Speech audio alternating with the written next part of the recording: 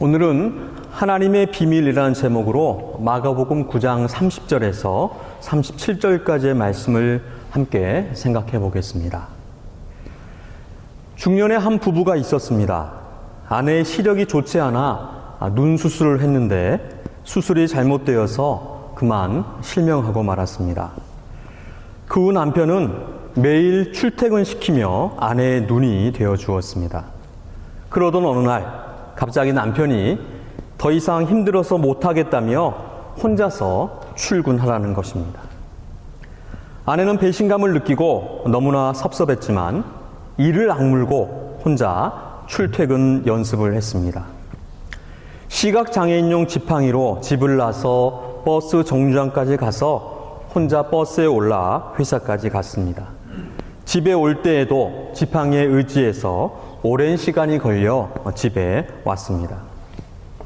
많이 넘어지기도 하고 울기도 많이 하면서 2년이 지나니 어느 정도 익숙해져 이제 제법 어려움 없이 출퇴근하게 되었습니다. 그러던 어느 날 출근 시간 버스에 올랐는데 버스 운전사가 이렇게 말하는 것입니다. 아주머니는 참 축복받았어요. 남편이 늘 버스에 함께 타고 함께 내리고 가는 길에 사람들에게 비켜달라고 하고 회사에 들어갈 때까지 지켜보며 손을 흔들어 응원해 주니 얼마나 행복합니까? 이 말을 들은 아내는 눈물을 터뜨리고 말았습니다. 그동안 남편은 혹시 자신이 먼저 세상을 뜰 경우 아내가 혼자 될 것을 염려하여 홀로 생활할 것을 훈련시켰던 것입니다. 하지만 홀로 두지 않고 항상 그 곁에서 지켜보며 보호해 주었습니다. 아내 모르게 비밀로 한 채로 말입니다. 오늘 본문은 이와 같은 비밀 두 가지를 품고 있습니다. 귀신 들린 외아들을 고치신 예수님께서 기도가 믿음이라고 제자들에게 가르친 후에 그곳을 떠나 갈릴리 가운데로 지나가셨습니다. 아무에게도 알리고자 아니하셨기 때문입니다. 사람들에게 알려지지 않게 사람들이 없는 곳으로 곧장 지나가셨습니다. 그런데 왜 그러셨을까요? 그동안 예수님께서는 사람들이 있는 곳에 가셔서 병든 자들을 고치시고 귀신 들린 자들을 고치시며 하나님 나라 천국 복음을 전하시며 전도하셨습니다.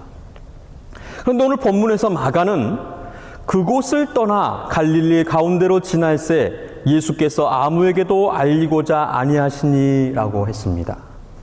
그리고 그 이유를 이렇게 설명합니다. 31절 말씀입니다. 다 함께 읽어보겠습니다. 이는 제자들을 가르치시며 또 인자가 사람들의 손에 넘겨져 죽임을 당하고 죽은 지 3일 만에 살아나리라는 것을 말씀하셨기 때문이더라. 이제 예수님께서는 갈릴리 사역을 마감하시고 예루살렘으로 향하십니다. 베드로의 신앙 고백 후에 비로소 고난을 받고 죽임을 당하여 사흘 만에 살아날 것을 가르치셨습니다.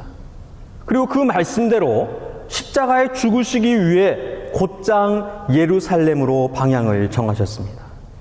마가는 이것을 그곳을 떠나 갈릴리 가운데로 지날새라고 기록을 했습니다.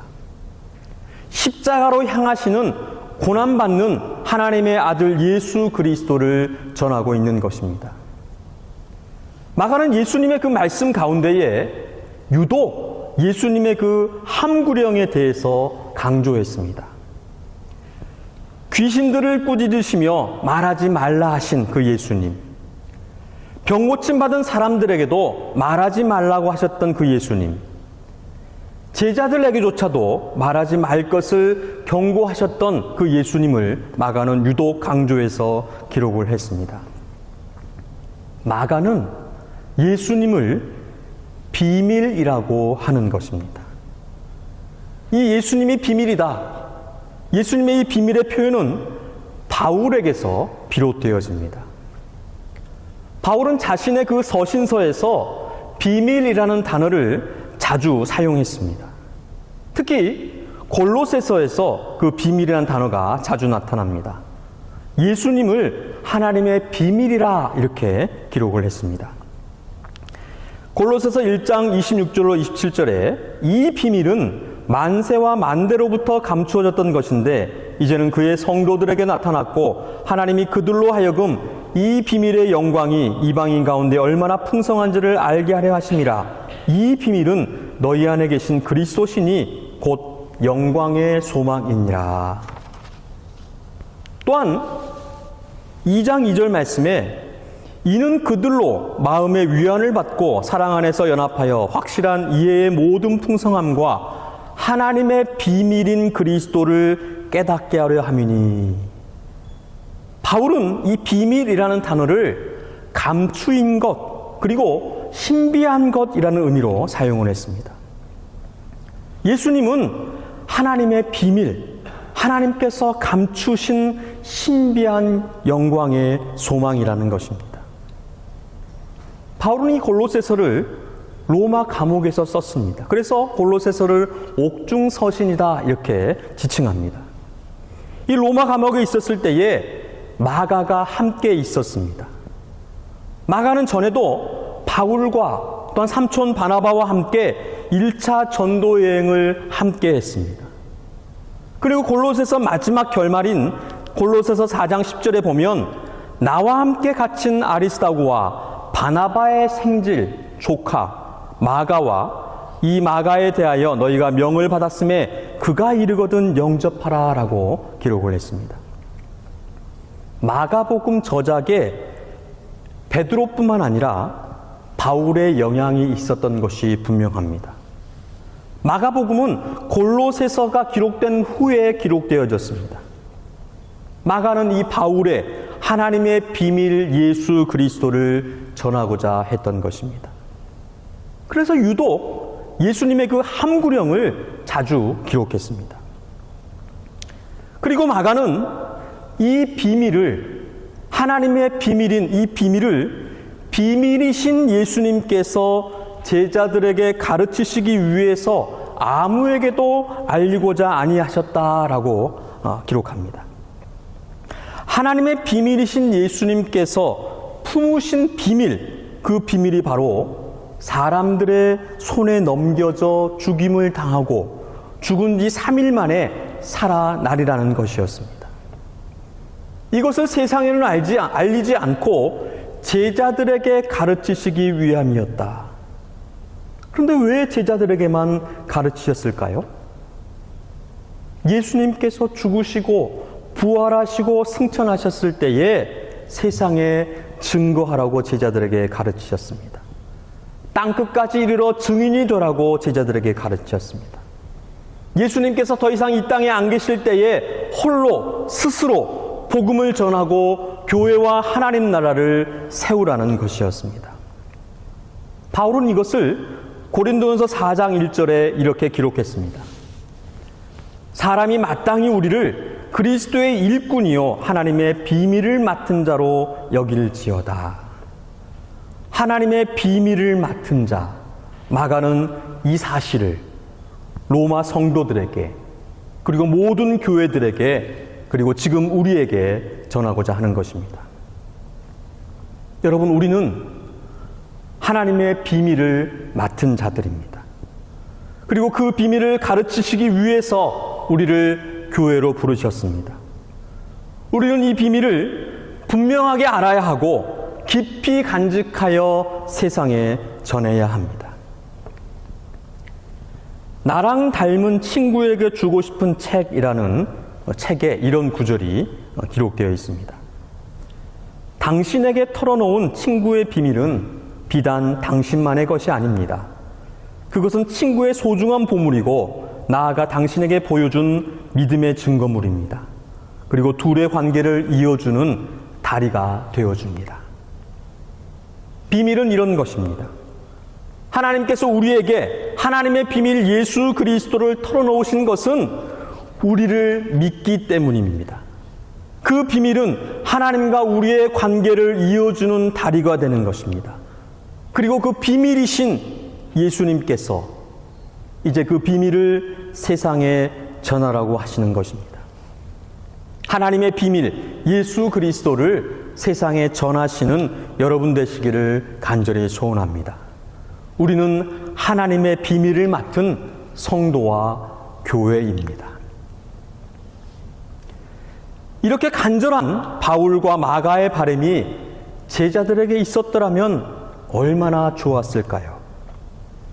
하지만 당시의 제자들은 그렇지 못했습니다. 예수님의 죽음을 원치 않았습니다. 자신들의 지위와 신분을 위해서 예수님께서 죽으시면 안 되었습니다. 그래서 그 가르침, 그 예수님의 그 가르침과 그 사실을 애써 부정하고 싶었습니다. 외면하고 싶었습니다. 마가는 이것을 이렇게 기록합니다. 32절 말씀에 그러나 제자들은 이 말씀을 깨닫지 못하고 묻기도 두려워하더라. 정말 정신 차리지 못하는 한심한 제자들입니다. 마가는 이러한 제자들의 모습을 계속해서 폭로합니다. 그들을 비난하기 위해서 폭로하는 것일까요? 아닙니다. 그런 제자들이 달라졌다는 것을 반증하기 위해서 기록했습니다. 그리고 마가 자신도 그러했고 우리도 그들과 같지만 그들처럼 되지 말라고 참 제자의 모습은 어떠한지 참 제자는 성령의 충만함으로 권능을 받아 완성된다는 것을 분명하게 전하고자 했던 것입니다. 가버나움에 이르러 집에 계실새 제자들에게 물으시되 너희가 길에서 서로 토론한 것이 무엇이냐 하시되 그들이 잠잠하니 이는 길에서 서로 누가 크냐 하고 쟁론하였습니다. 여러분 보이십니까? 제자들의 그 한심한 욕망을 저희들이 볼 수가 있습니다. 여기서 그치면 다행인데 제자들은 앞으로도 계속 이렇게 자신들의 그 욕망을 드러냅니다. 심지어 예수님께서 십자가에 죽으신 후에도 나타납니다. 베드로의 그 신앙 고백을 통해 나타난 정치적 메시아에 대한 욕망은 비단 베드로뿐만 아니라 다른 제자들 모두가 같은 생각과 바램을 가지고 있었습니다. 하나님의 비밀, 예수 그리스도, 그리고 그 비밀이 담은 십자가의 그 죽음과 부활의 비밀은 간직하지 않은 채 그들이 원하는 자리를 탐하며 싸웠던 것입니다. 한심한 그들을 예수님께서는 조용히 부르셨습니다. 예수께서 앉으사 12 제자를 불러서 이르시되 그리고 말씀하셨습니다. 그 예수님의 말씀을 다 함께 읽어보겠습니다. 35절의 말씀인데요. 누구든지 첫째가 되고자 하면 무사람의 끝이 되며 무사람을 섬기는 자가 되어야 하리라. 말로만 하면 못 알아들을 것 같아서인지 직접 행동으로 보여주셨습니다. 어린아이 하나를 데려다가 그들 가운데 세우시고 안으시며 말씀하셨습니다. 누구든지 내 이름으로 이런 어린아이 하나를 영접하면 곧 나를 영접함이요. 누구든지 나를 영접하면 나를 영접함이 아니요 나를 보내신 이를 영접함이니라. 강예솔 앞으로 나와 주시겠습니까?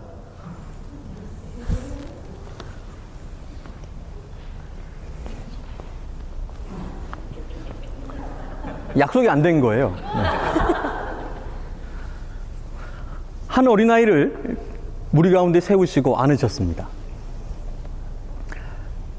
누구든지 내 이름으로 이런 어린아이 하나를 영접하면 곧 나를 영접함이요. 누구든지 나를 영접하면 나를 영접한 것이 아니요 나를 보내신 이를 영접함이니라. 이렇게 말씀을 하셨습니다.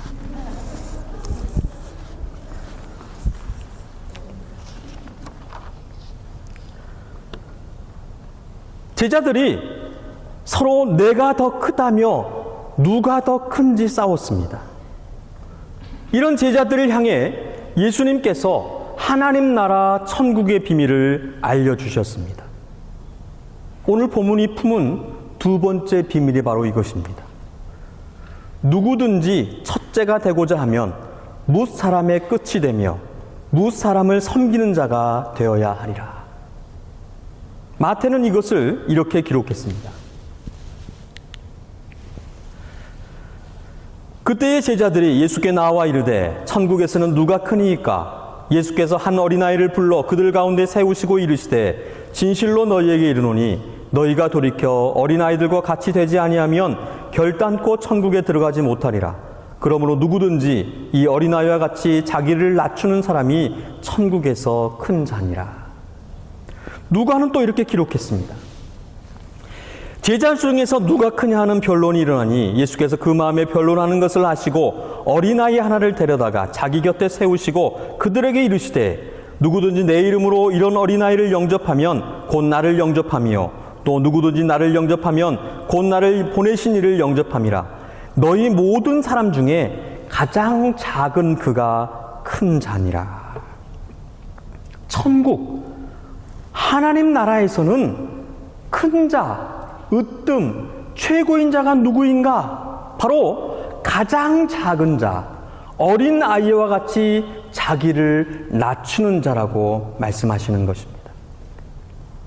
여기에 어린 아이와 같이 자기를 낮추는, 어린 아이와 같이 자기를 낮추는? 이게 무슨 뜻일까요?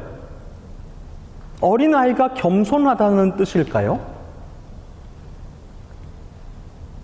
좀 전에 나왔던 예솔이가, 제 딸 예솔이가 자주 저에게 와서 하는 말이 있습니다.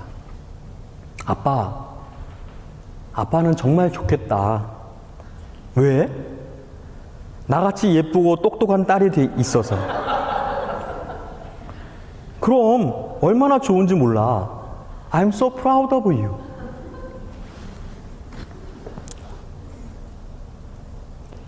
이 말씀에 낮추는 이라는 말은 사회적으로 낮은, 사회적 지위와 영향력이 없는 순종하는 이라는 뜻을 담고 있습니다. 당시 유대 사회에서는 여성과 아이들은 아무런 힘이 없는 존재였습니다. 보호받아야 할 그러한 대상이었습니다.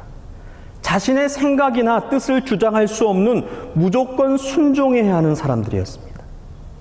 예수님께서는 이것을 말씀하고 계시는 것입니다. 아무런 힘이 없는 비천한, 시키는 대로 순종하는 섬기는 종과 같은 사람이 천국 하나님 나라에서 큰 자입니다. 천국 하나님 나라는 미래적인 것이기도 하지만 지금 현재적인 이 땅의 것이기도 합니다. 우리 성도와 교회는 장차 임할 하나님 나라를, 그 천국을 이 땅에 실현하는 사람들입니다. 그래서 이 천국 하나님 나라의 비밀을 이 땅에서 실천함으로 실현해야 합니다. 이 비밀은 숨겨진 것일 뿐만 아니라 신비한 것입니다. 세상은 알지 못하는, 세상은 이해하지 못하는 숨겨진 신비라는 말입니다. 여러분, 마키아벨리의 군주론을 아십니까? 500년 전에 집필된 정치학 교본으로 21세기 진정한 리더의 조건이라고 불리는 그러한 고전입니다. 이 글의 파괴력과 영향력이 얼마나 컸던지 악마의 책으로 불려서 교황청의 금지 도서이기도 했습니다. 독재자 히틀러와 무솔리니가 애독했던, 히틀러는 항상 머리맡에 두고 매일 숙지했던 그러한 책입니다. 경험론 철학자 프란시스 베이컨은 인간이 하고 있는 일을 숨김없이 밝혀낸 마키아벨리에게 큰 신세를 졌다고 극찬을 아끼지 않았습니다. 어떤 서평은 이렇게까지 말합니다. 이전에도 없고 이후에도 없을 통치의 기술, 세상의 작동 원리와 리더의 통치 방식을 다룬 최초의 정치 철학서이다. 이 책은 부강한 나라, 그 나라를 이끌 진정한 리더는 누구인가를 잘 말해주고 있습니다. 마키아벨리는 이 군주론을 통해서 진정한 리더의 자질이 무엇인가를 이렇게 말합니다. 리더는 수단과 방법을 가리지 말고 권력을 유지해야 한다. 상황에 따라서는 비도덕적, 몰인정해야 하고 사랑이 많고 사랑받기보다는 두려운 대상, 무서움의 대상이 되어야 한다. 사랑이 많으면 평상시에는 곁에 있지만 위기 때에는 모두 도망쳐버린다. 하지만 잔인하고 무서운 두려운 리더 곁에는 사람들이 떠나지 않는다. 약속도 언제든지 깨뜨릴 수 있는 사자의 용맹함과 여우의 영약함을 두루 갖추어야 한다. 전투에는 두 가지 종류가 있다. 하나는 법으로, 다른 하나는 힘으로 하는 것이다. 첫 번째는 인간에게 적합하고 두 번째는 짐승에게 적절하다. 그러나 첫 번째가 종종 충분하지 않기 때문에 두 번째에 호소해야 한다. 리더는 변덕스럽고 가볍고 여성적이고 겁 많고 우유부단해 보일 때 경멸을 받게 된다. 이러한 것들을 암초로 생각하여 크게 경계해야 한다. 동시에 자기의 모든 행동에서 위대함, 기백, 무게감, 그리고 강함을 인정받도록 노력해야 한다. 여러분 어떻게 생각하십니까? 공감하십니까? 맞는 말입니다. 이 원리가 세상을 지배하고 있습니다. 세상의 원리입니다. 세상 나라, 세상 리더는 이렇게 권력과 나라를 유지합니다. 하지만 하나님 나라 천국은 이 세상 원리와는 전혀 다른 원리, 낮아짐의 원리, 섬김의 원리, 십자가의 원리인 것입니다. 우리 예수님께서 보여주시고 가르쳐주신 하나님의 비밀, 바로 그리스도의 신비인 것입니다. 우리가 전한 것을 누가 믿었느냐? 여호와의 칼이 누구에게 나타났느냐? 그는 주 앞에서 자라기를 여는 순간이고 마른 땅에서 나온 뿌리 같아서 고운 모양도 없고 품체도 없은즉 우리가 보기에 흠모할 만한 아름다운 것이 없도다. 그는 멸시를 받아 사람들에게 버림받았으며 강물을 겪었으며 질문을 받은 자라. 마치 사람들이 그에게서 얼굴을 가리는 것 같이 멸시를 당하였고 우리도 그를 귀히 여기지 아니하였도다. 그는 실로 우리의 질문을 채우고 우리의 슬픔을 당하였거늘 우리는 생각하기를 그는 징벌을 받아 하나님께 맞으며 고난을 당한다 하였노라. 그가 찔림은 우리의 허물 때문이요 그가 사망은 우리의 죄악 때문이라. 그가 진리를 받아도 우리는 평안을 누리고 그가 채찍에 맞아도 우리는 나음을 받았도다. 우리는 다 양 같아서 그를 대하여 각기 제기로 가거늘 여호와께서는 우리 모두의 죄를 그에게 담당시키셨도다. 우리 주님의 모습입니다.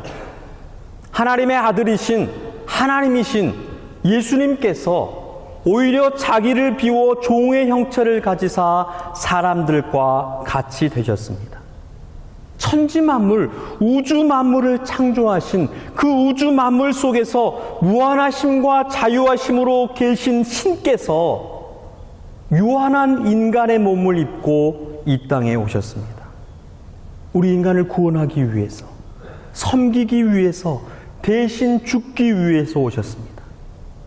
그리고 그 신의 피를 흘리시고 죽으셨습니다.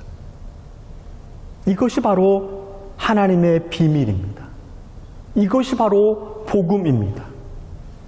우리는 이 비밀을, 이 복음을 맡은 자들입니다. 이 비밀과 신비를 믿고 행하는 우리 모두가 되어야 할 것입니다.